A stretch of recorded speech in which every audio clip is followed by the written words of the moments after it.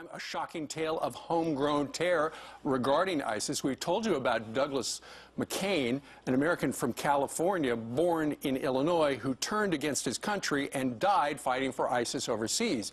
McCain grew up in Minnesota, went to high school there near the Twin Cities, just like Abdirahmi Moheen, the second American killed in that very same battle. They're buddies, right? They weren't alone. Troy Castigar, one of McCain's high school buddies, also became a terrorist. He was killed in 2009 in Somalia. Ainsley Earhart is actually live outside the high school in New Hope, Minnesota, where Castigar and McCain grew up and went to school. Ainsley, what are people saying there?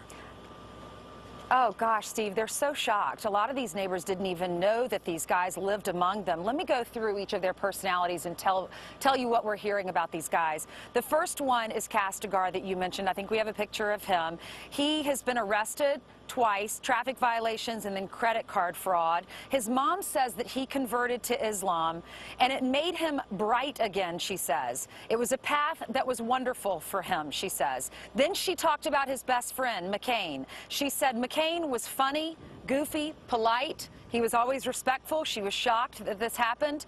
He also had been in trouble with the law, traffic violations and disorderly conduct. Then there's Muhammad, the one that was seen in a sweatshirt with the mascot from this same high school.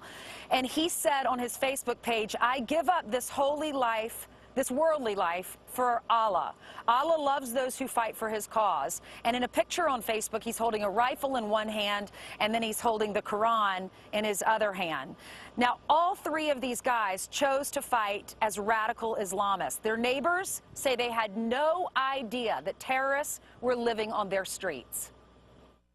I was shocked. I mean, I wasn't thinking that people from the Muslim community or the Somali community would be engaged in those kind of activities over there.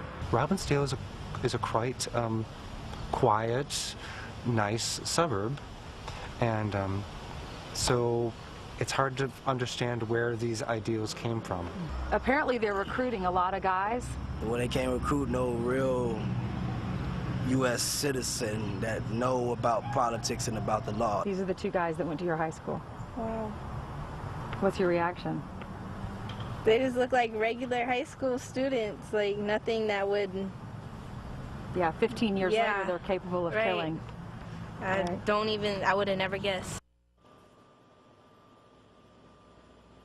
It's the largest Somali population in the United States, so it's no surprise that when these radical groups want to come to America and recruit young men and women now, this is where they're going to come, here to Minneapolis. We were driving around their mosques. There's a whole community that is set up for these Somalis. Most of them, of course, are not radical like these three guys. But the leaders here, they have a message for the president. They say he definitely needs to come up with a plan or a strategy because this is just getting worse. ISIS has 100 Americans fighting for them overseas now. Back to you guys in the studio. And they all have U.S. passports, and they could come home.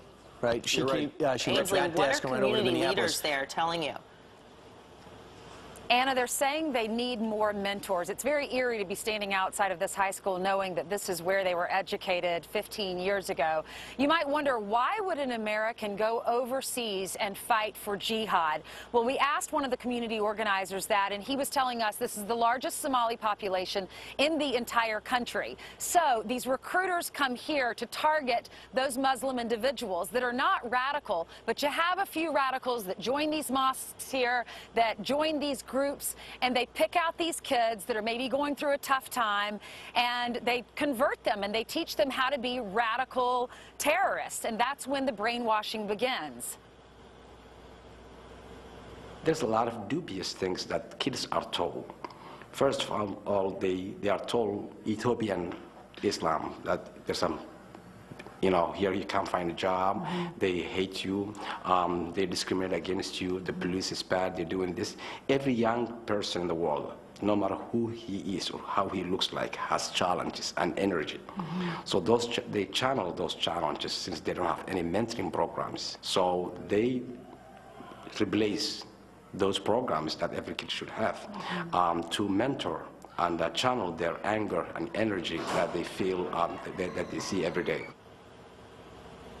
That's Abdi Bihi. He's made it his life mission to mentor all the kids in this neighborhood or in this area because he said he lost his nephew to al-Shabaab. His nephew was recruited, went over, tried to get out, and as soon as they found out he wanted to come home and get out, that's when they shot him in the head. Now, he says he doesn't buy some of these recruiting videos. We saw that video of Troy Castigar. He was in a video. It's called Minnesota's Martyrs, The Path to Paradise, where he's saying that being a part of al-Shabaab is like going to Disneyland. Well, the community organizer said he doesn't buy it, that they put fear in these kids, and they know that they will be beheaded or they will be shot if they try to get out. The FBI guys back home says that 20 out of the 100 ISIS fighters that were recruited here in America came from this community. Pretty scary. Yeah, the high school, a hotbed for it. But folks at home, it's not just in that area. The Department of Justice saying they brought at least 5 prosecutions against Americans in Florida, California, Virginia, and North Carolina, too, trying to go help ISIS in Iraq and Syria. All right. Ainsley Earhart, thank you very much for going out to Minnesota for us.